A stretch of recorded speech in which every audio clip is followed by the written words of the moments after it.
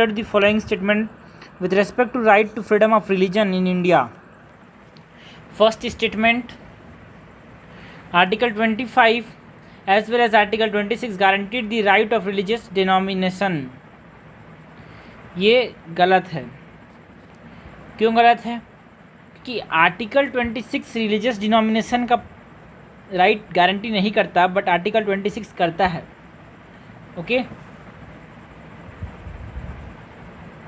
जो आर्टिकल 25 है ये इंडिविजुअल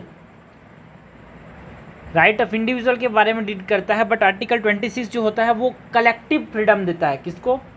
है ना, collective freedom giving religious rights to religious denomination. ठीक है, ग्रुप है ना, डिनोमिनेशन मतलब सेक्शन, एक पर्टिकुलर सेक्शन को राइट देता है आर्टिकल 26. आर्टिकल 25 इंडिविजुअल को राइट देता है. ओके, पहला गलत. दूसरा, like Article 25, right under Article 26 are also subject to public order, morality, health and other provision relating to fundamental rights. Other provision relating to fundamental rights, ये क्या हुआ? ये गलत है. जो आर्टिकल 25 है एंड आर्टिकल 26 है are subject to morality, public and health. Article 25 is additionally subject to other provision relating to fundamental rights, not Article 26. Okay, यहाँ पे आर्टिकल 26 को बोल रहा है कि article 26 and is relating to fundamental rights, other provision relating to fundamental rights, but ये गलत है. Article 25 and are subject to public order, morality, health and other provision relating to fundamental rights. ये article 26 नहीं बोलता, article 25 बोलता है. तो second भी गलत. Now third statement, under article 25 under Article 25 Clause B, person professing Sikh, Jain and Buddhist religion are included under Hindus. Okay, फिर से पढ़ लेते हैं एक बार. Under article 25 Clause B, person professing Sikh, Jaina और Buddhist religion are include under Hindus. Yes, article 25 Clause B में ये मैंशन है कि सबको क्या में करना है, कंसिडर हिंदूज में करना है. Which of the statement given of is are incorrect. Incorrect पूछा गया, first and second are incorrect. Consider the following statement regarding network for greening the financial system. NGFS, network for greening the financial system, recently in news. So पहला, it is legally binding agreement among a group of central banks and supervisors to support transition toward a sustainable economy. It is not legally binding, it is a voluntary binding. Okay, ये voluntary basis पे है, चाहे तो sign मतलब चाहे तो agreement पे sign करें चाहे ना करें. So this is incorrect. Its purpose is to define and promote best practice in the development of environment and climate risk management with in the membership of NGFS only.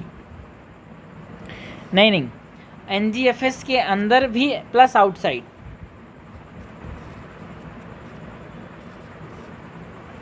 Its purpose is to define and promote best practice. Its purpose is to define and promote best practice in the development of environment. Its purpose is to define and promote best practice in the development of environment and climate risk management within the membership of NGFS only. नहीं, outside भी है, बिल्कुल सही है. So this is also incorrect. The Reserve Bank of India is a member of NGFS. ये बिल्कुल सही है. Reserve Bank of India is the member of NGFS. Okay, correct पूछा था, ये सही है. Now moving to the next question, 63rd number question है. Consider the following statement. The central government can issue sovereign guarantee for public sector companies. बिल्कुल सही है. जो सेंट्रल गवर्नमेंट है वो क्या कर सकती है, सोवरिन गारंटी दे सकती है पब्लिक सेक्टर कंपनीज को. Second statement, the state government PSU can borrow directly from the foreign countries. बिल्कुल सही है. जो स्टेट गवर्नमेंट के जो PSU का डायरेक्टली बोरो कर सकते हैं फॉरेन कंट्रीज से.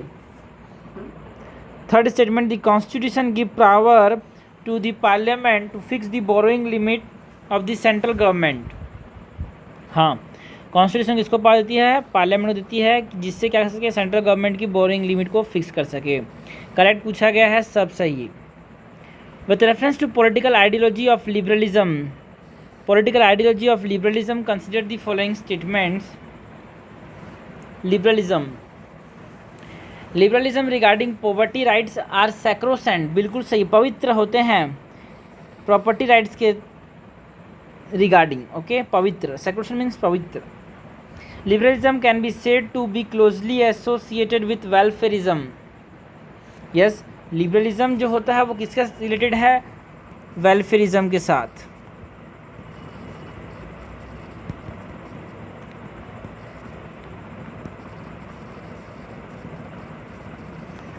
Third, individual liberty as well as a totalitarian state is advocated by liberalism.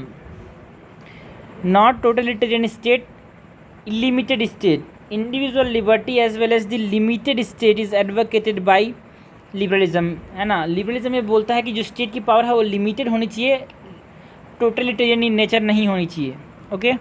Limited state, it talks about a concept of limited state, not about totalitarian state, okay। So third is incorrect, and which of the statement given above is are correct पूछा है हमसे, first and second is correct, A answer is the required answer, okay। A option। With reference to center state relation, consider the following statement regarding the mutual delegation of function.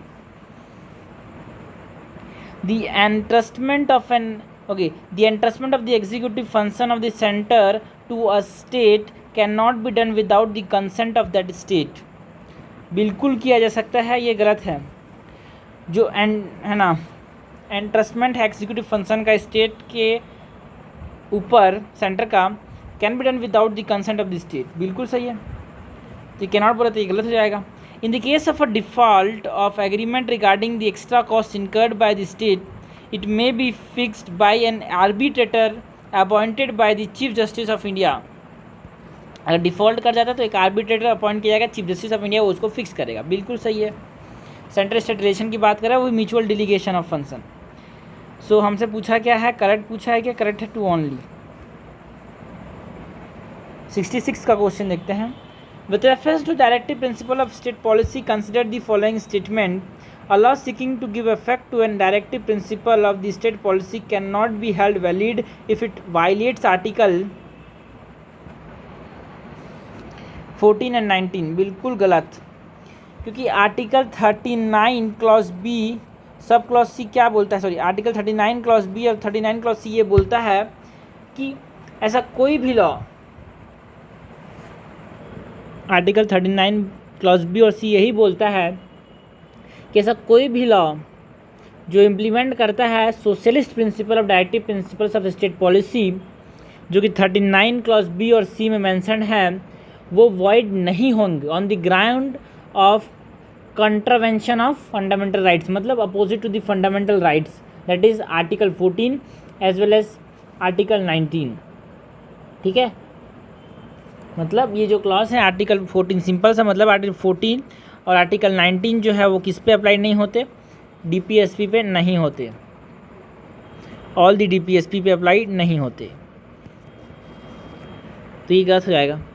Second, the union government can direct state to implement the directive principle of state policy and can dismiss the state government for the non compliance. ये सही है, simple सा मतलब है यार, ये किस पे मेंशन है यार, बिल्कुल कॉन्स्टिट्यूशन मेंशन है। The president can reject a bill passed by the parliament on the ground that it contradict the directive principles of state policy. बिल्कुल प्रेसिडेंट के पास ये पावर है कि वो क्या कर सके, रिजेक्ट कर सके बिल को, क्योंकि क्या करता है, वायलेट करता है डीपीएसपी को। विच of the statement given above is are correct, 2 and 3। With reference to the idea of state, consider the following statement. The state cannot exist without a government।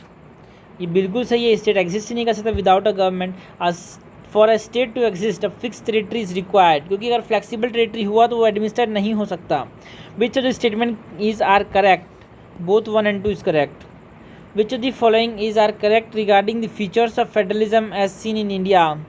Features of federalism सबसे important होता है independent judiciary and bicameralism, और एक होता है independent judiciary और एक होता है rigid constitution, not flexible constitution, rigid constitution. Features of federalism, okay. So ये गलत है, ये गलत है। Which of the answer using the code given below, correct answer बताना है, 1 and 4 is correct.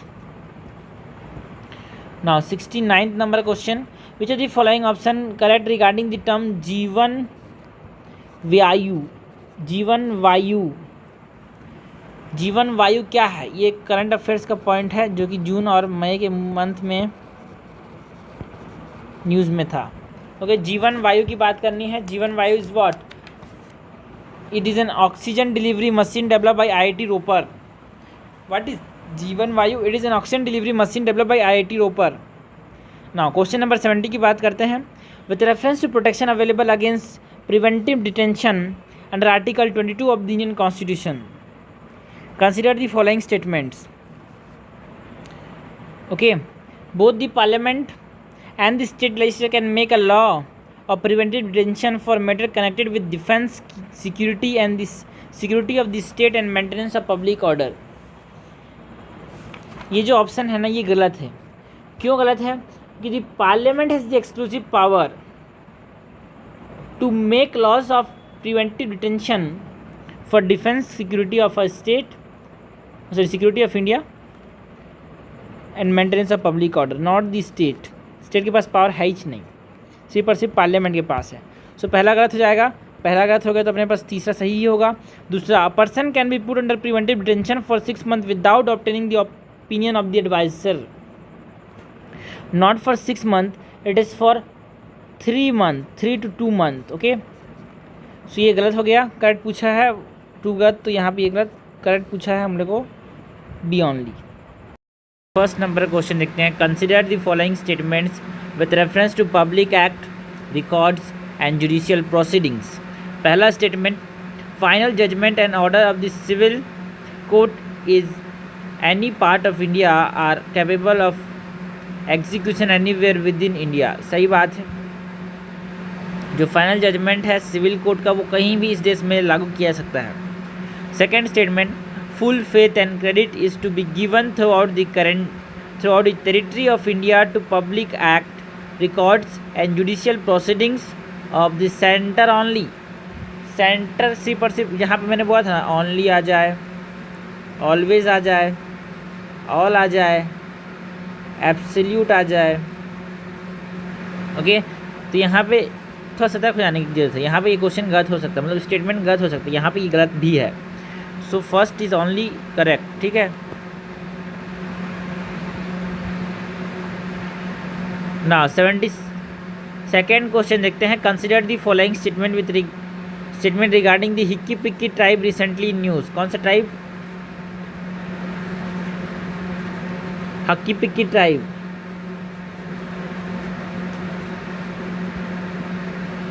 Hockey पिक्की tribe recently in news, तो ये कहाँ पे है? ये करंट अफेयर्स का पार्ट है, जून and May. Okay,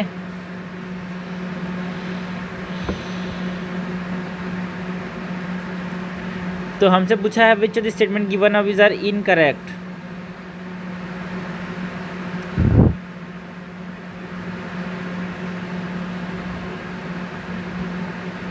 first statement, this are nomadic tribe based largely in Chhattisgarh. No, they are not in Chhattisgarh, they are in Karnataka. Okay, second statement, they are known for their various indigenous herbal product। ये भी सही है, इसीलिए news में था कि ये बहुत सारे हर्बल प्रोडक्ट के लिए जाने जाते हैं। इनकरेक्ट हमसे पूछा गया है, ए इज़ इनकरेक्ट। ये बहुत इंपॉर्टेंट है कि हमसे क्या पूछा गया है ये देख के लगा देना। ठीक, हमेशा करेक्ट ही नहीं पूछा जाता है, कभी कभी इनकरेक्ट भी पूछा जाता है। Okay, now 73rd question, with reference to the legislative power of the centre and the state consider the following statement. First statement, the parliament alone can make extra judicial territorial legislation. Yes, क्योंकि parliament के अलावा कोई और नहीं बना सकता। The law made by the state legislature can never applicable outside the state. ये देखो नेवर, ये वाला गलत रहता है हमेशा। जहाँ पे नेवर आ गया, ऑल आ गया, एब्सोल्यूट आ गया, ऑलवेज आ गया, तो यहाँ पे थोड़ा सा दिमाग है ना, थोड़ा सा ये होना चाहिए कि गलत हो सकता है स्टेटमेंट। 90% चांसेस है गलत होने के। ठीक है, 10% कभी हम देखा था एक्सेप्शन। ओके, तो अगर हम एलिमिनेशन का इस्तेमाल करें, यदि following statement given of which are correct पूछा है, फर्स्ट सही होगा, दूसरा गलत होगा, दूसरा गलत होगा, फर्स्ट सही होगा। सो यहाँ पे फर्स्ट एंड ए एंड सी का ऑप्शन हो सकता है answer. Now third statement, a state legislature can make regulation for piece in any area in that in the state which is for the time being a scheduled area. A state legislature can make regulation for peace in any area in which state is for time being a scheduled area. नहीं, ये जो ये है नियम बना सकता है, but ये स्केड्यूल एरियाज़ के लिए नियम नहीं बना सकता है ना, गवर्नर बना सकता है, ठीक है। जो स्टेट है वो स्केड्यूल एरियाज़ के लिए नियम नहीं बना सकता। The governor can make regulation, not the state legislature. Okay, so ये गलत हो गया। So required answer is C, that is 1 only. 74th number question देखते हैं। Which of the following statements regarding article 32 of the Indian constitution is incorrect.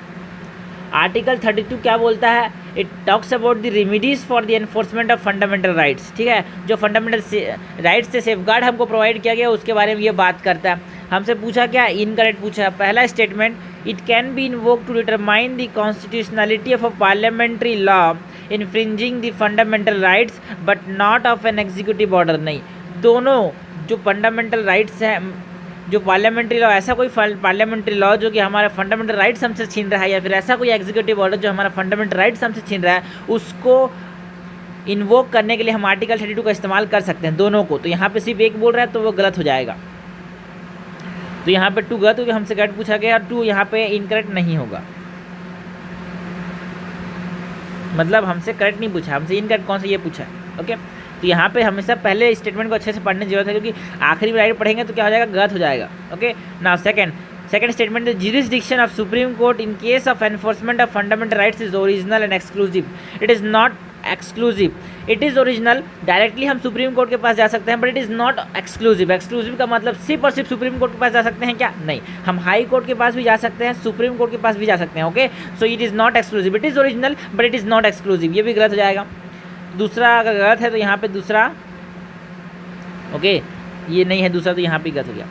Now third statement, it empowers the supreme court to issue writ of all type only for the enforcement of fundamental. जहाँ पे only आ जाए तो हमको यहाँ पे दिमाग लगाने की जरूरत नहीं है, यहाँ पे गलत होने के चांसेस हैं, लेकिन यहाँ पे ये ओनली वाला एक्सेप्शन है, इसीलिए तो ये क्वेश्चन दिया था, एक्सेप्शन है ये, है ना। Okay, supreme court, it empowers supreme court to issue writs of all type only for the enforcement of fundamental rights, है ना। फंडामेंटल राइट्स के अलावा आप रिट्स नहीं इशू कर सकते किसी भी चीज़ के लिए। ओके, सो ये गलत नहीं है, ये सही है। तो यहाँ पे करेक्ट पूछा है, मतलब हमसे कौन सा इनकरेक्ट है पूछा है? First and second is incorrect. Now 75th number question देखते हैं। Consider the following statements with reference to directive principles as mentioned in the Indian constitution. First statement, social developmental programs such as National Health Mission and Mid-day Meal Scheme are inspired by Article 47। ये बिल्कुल सही है। जो 47 है article, वो क्या बोलता है? आर्टिकल 47 क्या बोलता है? Article 47 talks about the nutrition, standard of living and public health, ठीक है। न्यूट्रिशन की बात करता है, स्टैंडर्ड ऑफ लिविंग की बात करता है, एंड पब्लिक हेल्थ की बात करता है। कौन सा आर्टिकल? आर्टिकल 47। तो फर्स्ट स्टेटमेंट सही हो गया। Now moving to the next statement. Second statement क्या बोलता है? Development of Hindi language is a directive outside part 4 of the Indian constitution. ये क्या है? ये भी सही है। पार्ट 4 में नहीं बोला है कि हमको डेवलपमेंट करना है हिंदी लैंग्वेज का। ये मेंशन कहाँ है? ओके, ये मेंशनड है आर्टिकल 351 में। कहाँ मेंशनड है? आर्टिकल 351 में ये मेंशनड है, which is the part of part 17 of the Indian Constitution। Okay, तो ये सही है।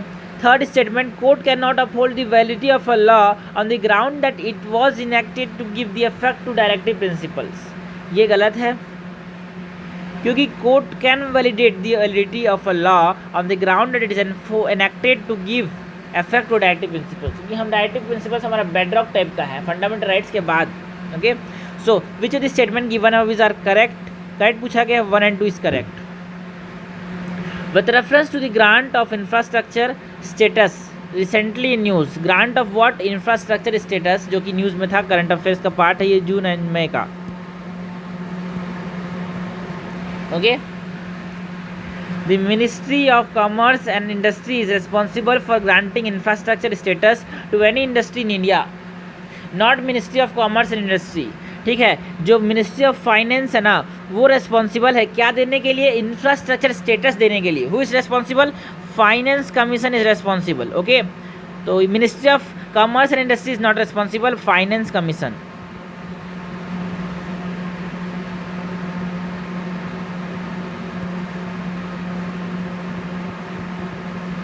तो first is incorrect, the infrastructure tag involve significant tax break. जो इंफ्रास्ट्रक्चर स्टेटस अगर आपके पास आ जाता है तो टैक्स ब्रेक आपको नहीं होता, आपके ऊपर टैक्स ब्रेक नहीं आया था, ठीक है, ठीक है, इसीलिए तो इंफ्रास्ट्रक्चर स्टेटस दिया जाता है। दोनों गलत हो गया, करेक्ट पूछा है यार, neither one not to.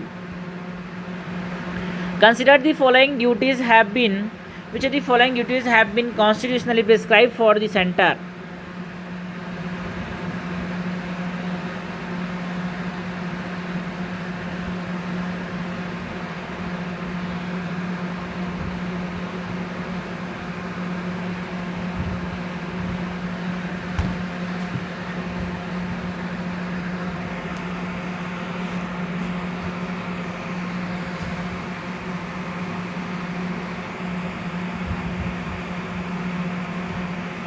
Which is following duties have been constitutionally prescribed for the center?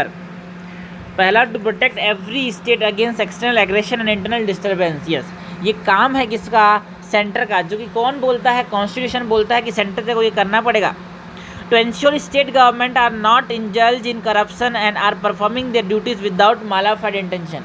ये भाई ये स्टेट का काम, ये सेंटर का काम नहीं है। नॉट इंडल्ज इन करप्शन, ये करप्शन को नहीं देखता, क्या को देखता है, तो ठीक है।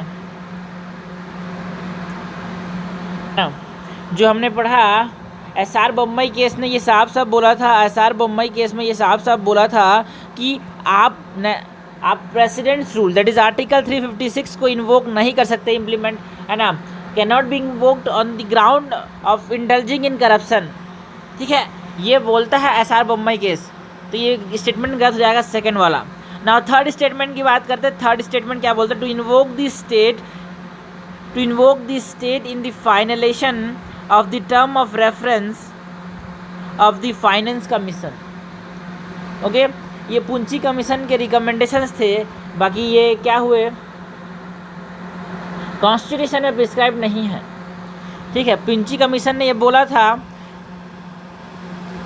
पुंची कमीशन क्यों बनाया गया था, सेंट्रल स्टेट रिलेशनशिप के लिए बनाया गया था, लेकिन second commission for central state relationship, ठीक है।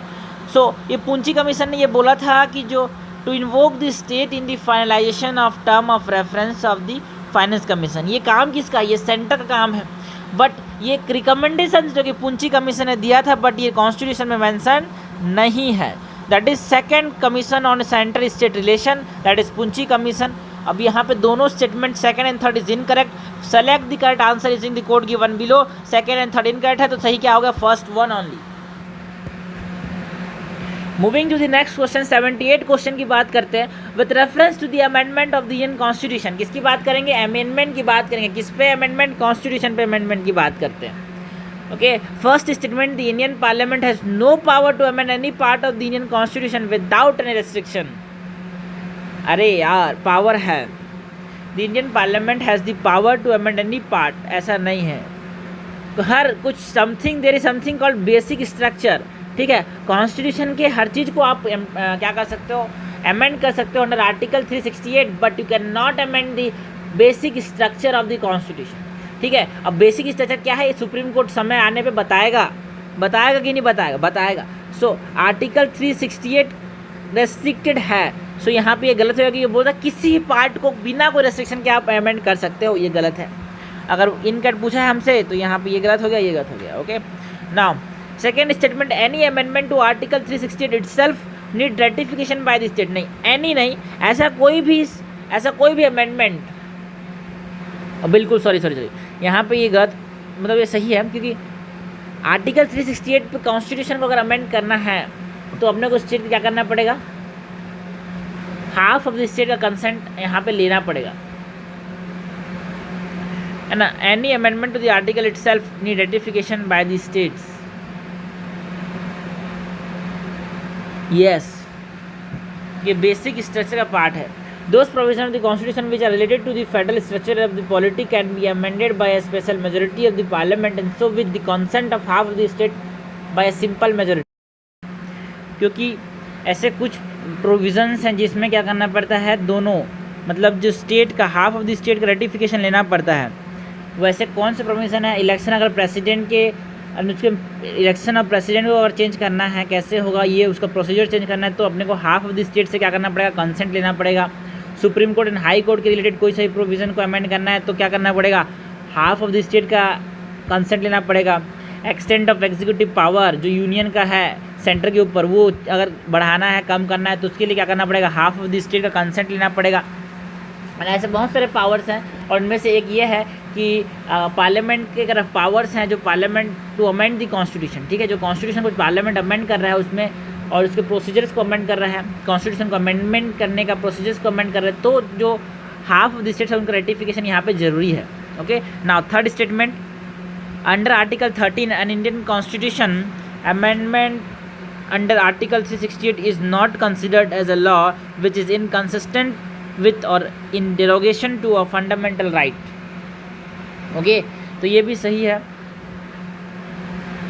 ये आर्टिकल 13 डिक्लेयर करता है कि any amendment of the constitution made under article 368 shall not be considered as a law inconsistent with or in derogation to the fundamental rights। तो मतलब question में भारतीय में बोल देते 368 ज़्यादा पावरफुल है 13 के मुकाबले। ओके, सो इनका इट पूछा है, इनका it is one only. With reference to the imposition of president's rule in the state in a state consider the following. Imposition of what, imposition of president's rule. Consider the following statement. Once approve by both the house of the parliament the president's rule continue for a period of 1 year and can be extended up to a maximum of 3 year। 79 का क्या है, first गलत हो गया।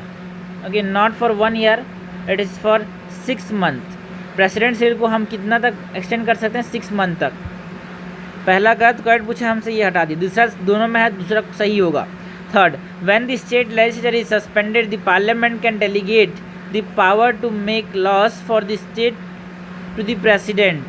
Law कौन बनाएगा, law कौन बनाएगा, प्रेसिडेंट बनाएगा। अगर एक बार स्टेट लेजिस्लेचर सस्पेंड हो गया तो जो पार्लियामेंट है वो किसको पावर दे सकती है, प्रेसिडेंट को। क्या करने के लिए, लॉ बनाने के लिए। तो जब प्रेसिडेंट रूल लगाता है तो गवर्नर काम कौन करता है, प्रेसिडेंट करता है, और स्टेट लेजिस्लेचर का काम कौन करता है, पार्लियामेंट करता है। ओके, सो यहाँ पे सिर्फ और सिर्फ सेकेंड एंड थर्ड करेक्ट है, तो यहाँ पे required answer is B. Okay, with reference to the prohibition of discrimination under article 15, prohibition of what, discrimination under article 15 in Indian Constitution, consider the following statements। The state is empowered to make special provision for the scheduled caste regarding their admission into private and minority education institution। Not the state, who is empowered then, not the state, then who is empowered,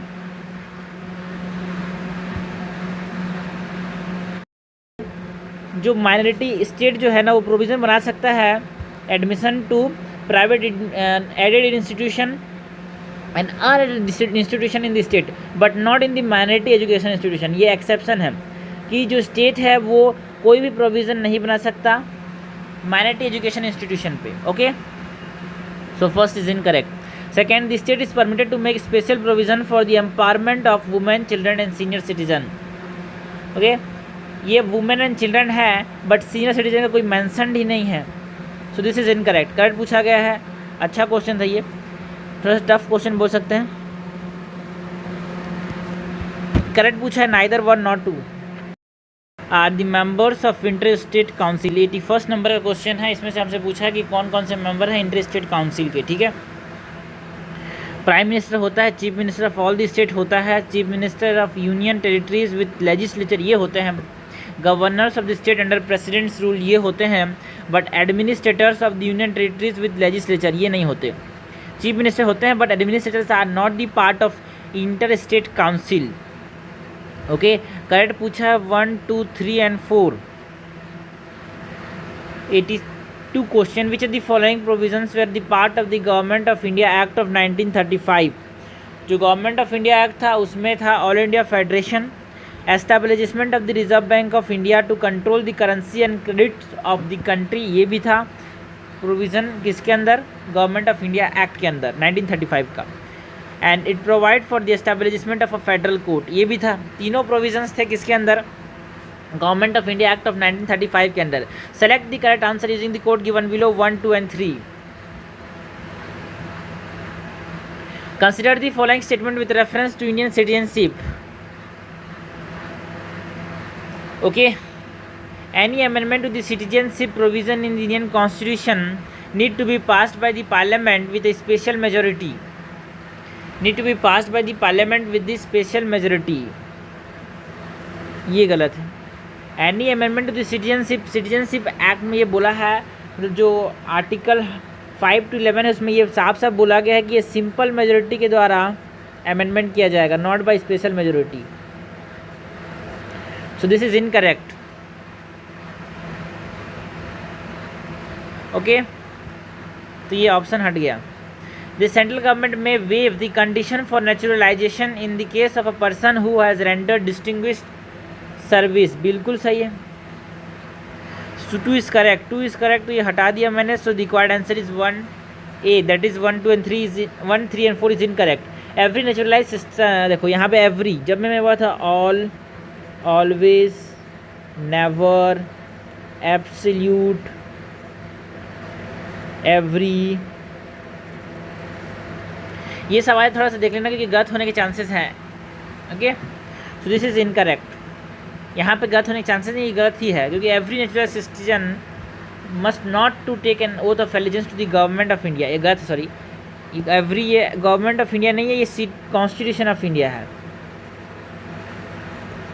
constitution of India के लिए इनको oath of allegiance लेना पड़ता है। So this is incorrect. In India naturalise citizen can not became the president of और the prime minister. No, president और prime minister बनने के लिए क्या है, क्राइटेरिया क्या है, सिटीजन होना चाहिए, और चाहे नेचुरलाइज्ड हो या फिर जनरल सिटीजन हो, वो तो सिटीजन ही है ना। So it can became a prime minister और प्रेसिडेंट ऑफ द कंट्री। ठीक है, so 1, 3 and 4 is incorrect. Now recently Malerkotla was declared the 23rd district of Punjab. Malerkotla, that is, ये करंट अफेयर्स में था मई एंड जून का, इसीलिए क्वेश्चन में आ गया है ना। Consider the following statement with reference to the creation of new district. New district बनाने के लिए क्या करना चाहिए, the new district can be created through an executive order और by passing a law in the state assembly. बिल्कुल C, executive order से भी और लॉ पास करके भी हम क्या कर सकते हैं, नया स्टेट बना सकते हैं, नया डिस्ट्रिक्ट बना सकते हैं। A state government need prior approval of the central government before creating a new district. नहीं, प्रायर अप्रूवल की जरूरत नहीं है, अपने स्टेट लेजिस्लेचर से ये पास कर सकता है। इनकैट पूछा गया है, incorrect 2 only, B option is correct. Now consider the following pairs, Champakam Dorairajan, Champakam Dorairajan case and judgement pronounced. Okay, so पहला है चंपकम दोराई राजन, जो केस था वो 1951 में हुआ था, और ये क्या बोलता है, चलिए देखते हैं स्टेटमेंट क्या बोल रहा है कि parliament can not take away any part of the fundamental rights which are sacrosanct in nature. जो पवित्र हैं उनको नहीं ले सकता। ऐसा कौन बोलता है, चंपकम दोराई राजन केस का जजमेंट नहीं, ऐसा नहीं बोलता। चंपकम दोराई राजन का जो केस है वो क्या बोलता है, in case of any conflict between the fundamental rights and DPSP, fundamental rights and DPSP के बीच में अगर कॉन्फ्लिक्ट आ जाए तो फंडामेंटल राइट्स प्रिवेल करेंगे, ऐसा बोलता है चंपकम दोराई राजन। लेकिन गोलकनाथ केस क्या बोलता है, गोलकनाथ केस जो कि कब आया था, 1967 में इसका जजमेंट आया था, जो कि बोलता है कि parliament can not take away any part of the fundamental right which are sacrosanct, पवित्र इन नेचर। ठीक है, ये बोलता है Golaknath. Now the last Minerva mill, ठीक है, जो मिनरवा मिल केस था ये बहुत इंपॉर्टेंट केस है, जो कि कब आया था, 1980 में।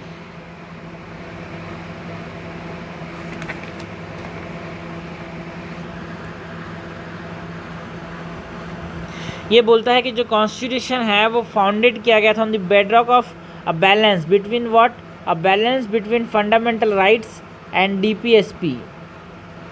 ठीक है, सही है, ये करेक्टली मैच पूछा है हमसे, सो 3 ओनली इज करेक्ट। ये दोनों तो आपस में इंटरचेंज कर दिए गए हैं। Okay, regarding the difference between martial law and national emergency, ये शुरू से मैंने बात करती आई है।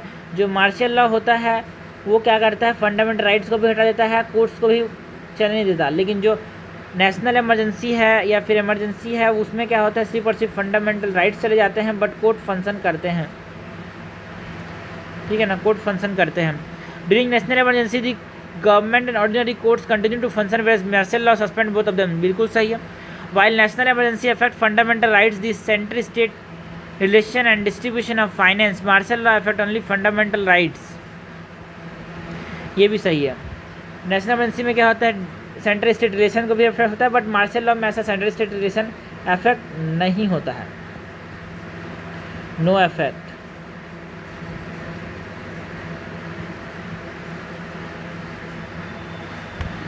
Okay, which the statement given of these are correct? Both 1 and 2 is correct.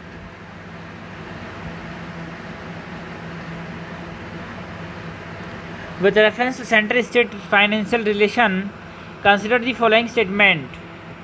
क्या पूछा है, सेंट्रल स्टेट फाइनेंशियल रिलेशन की बात की गई है।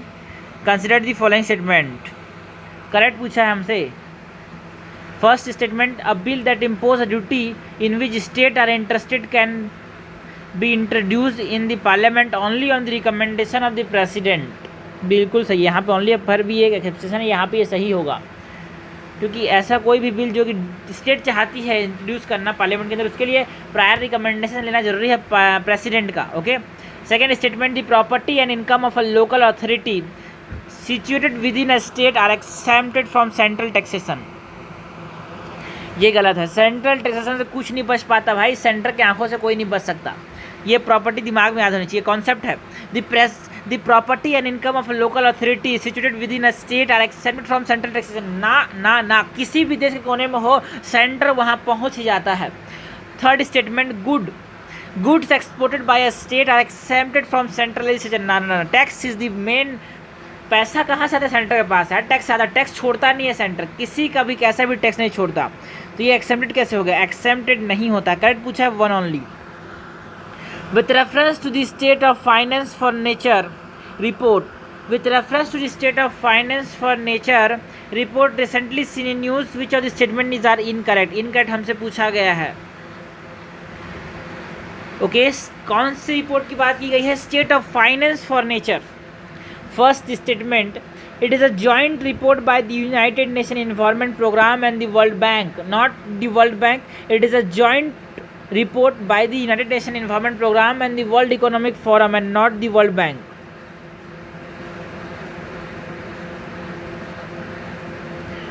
दूसरा, it provide an estimate for existing public and private investment directed toward nature based solution, बिल्कुल सही है, नेचर बेस्ड सॉल्यूशन की तरफ ये रुख करता है। Third statement, the report cover all type of nature based solution, not all type of, इसमें मराइन टाइप ऑफ जो नेचर बेस्ड सॉल्यूशन है वो एक्सक्लूडेड है। ठीक है, सो यहाँ पे ये और आ गया ना, इसीलिए गलत हो गया। सो करेक्ट पूछा गया नहीं, करेक्ट यहाँ है, ऊपर में देखो इनकरेक्ट पूछा गया है, so 1 and 3 is incorrect. Option में यही गलती करते हैं 90% लोग, सॉरी 30% लोग जो होते हैं वो क्वेश्चन को इसलिए गलत करते हैं कि जो स्टेटमेंट ठीक से नहीं पढ़ते, आता हुआ क्वेश्चन गलत करते हैं, तो कंपटीशन में रेस से बाहर। With reference to fundamental duties provided in the Indian Constitution, consider the following statements. 89 की बात कर रहे हैं, फंडामेंटल ड्यूटीज़ की बात करनी है। Fundamental duties, first statement, fundamental duties were not part of the original constitution but all were added later by 42nd amendment act, not all, यहाँ भी ऑल आ गया, नॉट ऑल। जो 11 फंडामेंटल राइट्स है उसमें से जो 10 फंडामेंटल राइट्स थे वो 42nd constitutional amendment act of 1976 से इंट्रोड्यूस किए गए थे। बाकी का जो एक था वो 2002 में जो राइट टू एजुकेशन एक्ट आया था उससे इंट्रोड्यूस किया गया था। ओके, 86th कॉन्स्टिट्यूशनल, सॉरी कौन सा कॉन्स्टिट्यूशनल अमेंडमेंट था वो, एक मिनट, कौन सा कॉन्स्टिट्यूशनल अमेंडमेंट था, this is the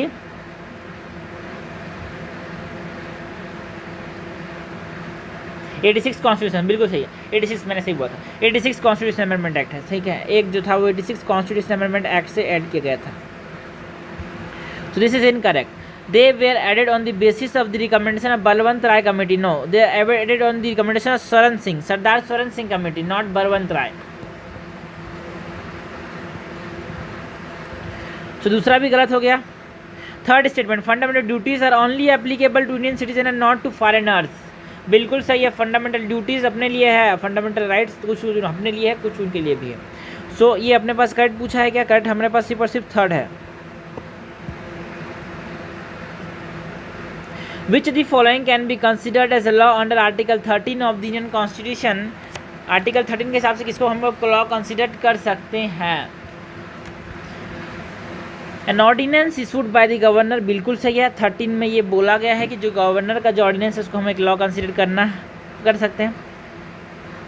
rules, order and notification issued by the appropriate authorities, rules, order and notification issued by the appropriate authorities, rules, order and notification issued by the appropriate authorities, इसको भी हम क्या कर सकते हैं? Law consider कर सकते हैं।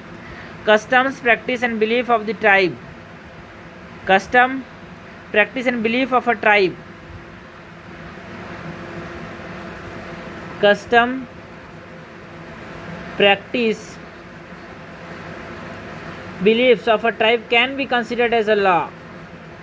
सो करेक्ट पूछा है, 1, 2 and 3 इज करेक्ट। यहाँ पे consider the following, 91st number question, consider the following statement with reference to procedure for the amendment of Indian Constitution. Procedure for what? Procedure for the amendment of Indian Constitution. First, there is a special body called the Constitutional Convention for amending the Constitution. ऐसा कोई भी body mention नहीं है यार amendment करने के लिए constitution का। Parliament can amend the constitution in its own bill, ठीक है। First is incorrect. Second statement, the constitution prescribe a frame of 6 months within which the state legislature should ratify और reject an amendment submitted to them. Not 6 months, यहाँ पे कोई time limit है ही नहीं।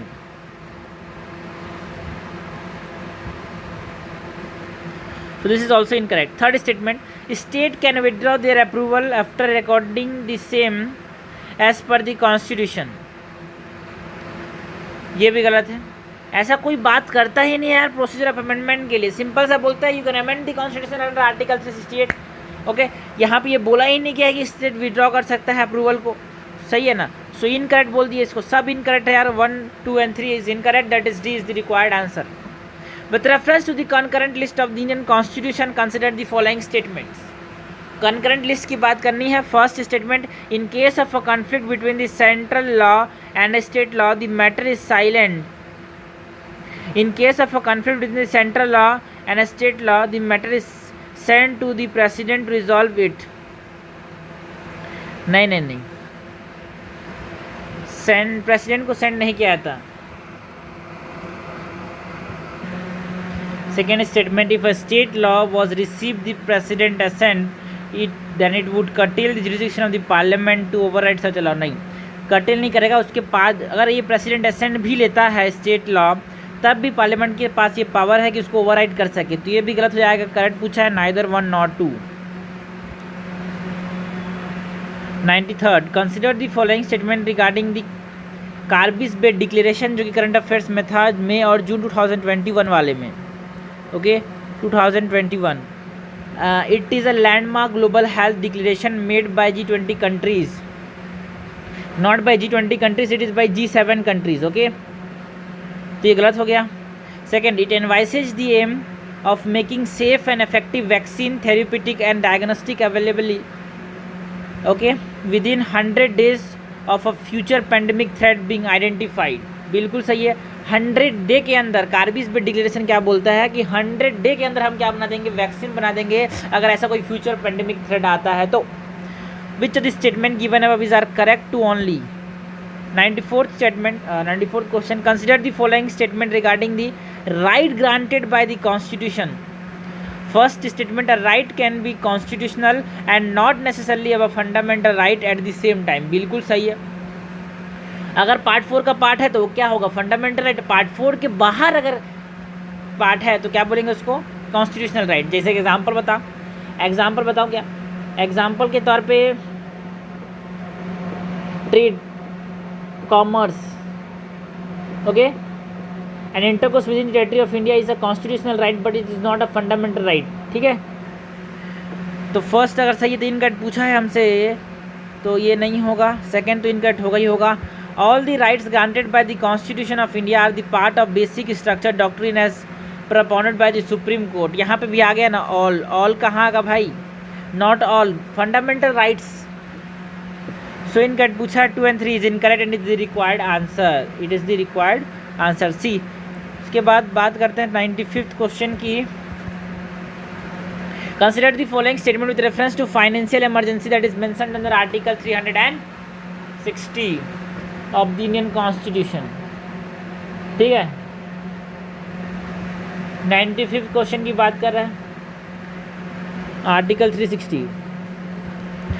First statement of proclamation declaring a financial emergency must be approve by both the house of the parliament within 3 months of the date of issue. Not 3 months, यहाँ पे 2 है. ठीक है, फाइनेंशियल प्रेसिडेंट रूल वाले में 3 था और फाइनेंशियल इमरजेंसी वाले में 2 है. Okay, so this is incorrect. अगर फर्स्ट इनकरेक्ट होता है तो यहाँ पे हमको करेक्ट पूछा गया है, तो यहाँ पे आंसर 2 सही ही होगा. The president can issue direction for reduction in the salaries of all classes of people serving in the union. नहीं, ऑल क्लासेस नहीं होगा. नॉट ऑल क्लासेस, नॉट बिल्कुल सही है. ऑल क्लासेस बे सब क्लासेस है, नॉट ऑल बोलता. क्यों भाई, सैलरी कम करना पड़ेगा ना, पैसा बचाना है, तो ऐसा बोल रहा है सरकार. सो करते तो नहीं है, लेकिन आज तक फाइनेंशियल इमरजेंसी कभी आया नहीं था, ना ही लग रहा कि आएगा. ओके, 95th का आंसर हो जाएगा सी.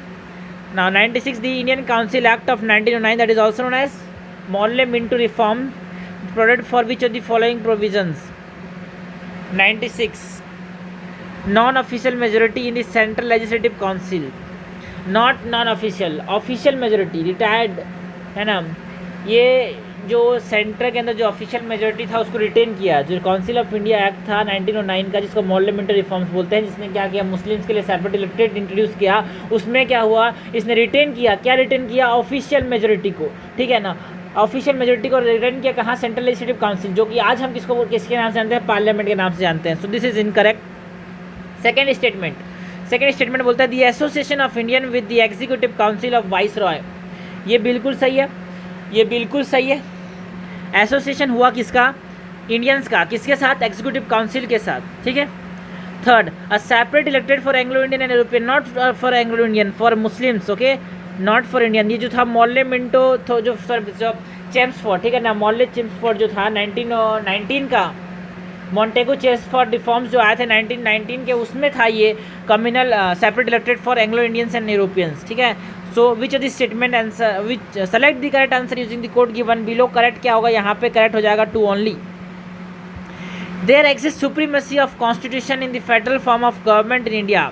Supremacy of what? Supremacy of constitution in the federal form of government in India. 97 का पूछा गया है. Supremacy of constitution in the federal form of government in India, what does this mean? Supremacy of constitution का मतलब क्या है? The constitution is binding on the centre as well as the state government. समझ गया ना? Nothing in this country is above the constitution. 98 की बात करते हैं. Consider the following statement regarding Parivesh portal recently news. ये भी करंट अफेयर्स में था, मई एंड जून 2021 वाला. परिवेश पोर्टल, नाम समझ आ रहा है? परिवेश अंडरस्टैंड कैसे लग रहा है ना? It is for coastal regulation zones. It include a single registration and single sign-in for all type of clearance, that is environment, forest, wildlife, CRZ, that is coastal regulation zone. ये single registration portal है. क्या portal है ये? Single registration portal है, Parivesh portal. It offer a framework to generate economic growth and strengthen sustainable development through e governance. है ना, portal है मतलब ई गवर्नेंस का पार्ट है ये. और ये क्या प्रोवाइड करता है? एक economic growth and strength sustainable development framework provide करता है. It enable project proponents and citizens to view, track and interact with scrutiny officers. है ना, जो नॉर्मल सिटीजन्स हैं उनको इन्वॉल्व करता है यहाँ. करेक्ट पूछा गया है 1, 2 and 3. 99 number question. Consider the following statement with reference to article with respect to Article 29 of the Indian Constitution. It deals with the right of the minority community only बोल रहा है.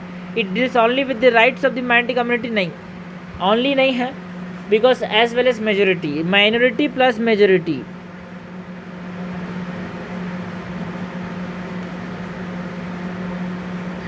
Okay, it grants protection only to the religious and linguistic minority, यहाँ भी only, not only to the religious and linguistic minority.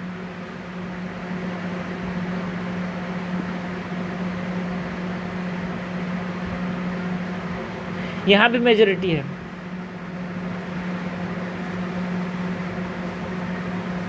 Article 29 जो है gross है, ठीक है। आर्टिकल 30 थोड़ा सा रेस्ट्रिक्टेड है। It grants a right to agitate for the protection of language, ये सही है, ये राइट प्रोवाइड करता है, you can protect your language and you have the right to agitate. Correct पूछा है 3 only. Last question 100 number, consider the following statement with reference to roles played by directive principles of state policy.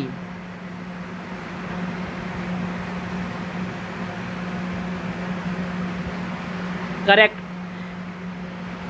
They facilitate stability and continuity in domestic and foreign policies, they facilitate stability and continuity in domestic and foreign policies, बिल्कुल सही है। They authorize the parliament to exercise control over operation of the government using this principle, not the parliament.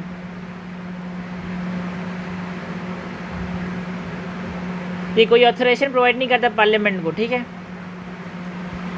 Bye providing social and economic rights they act as supplementary to the fundamental rights of the citizen,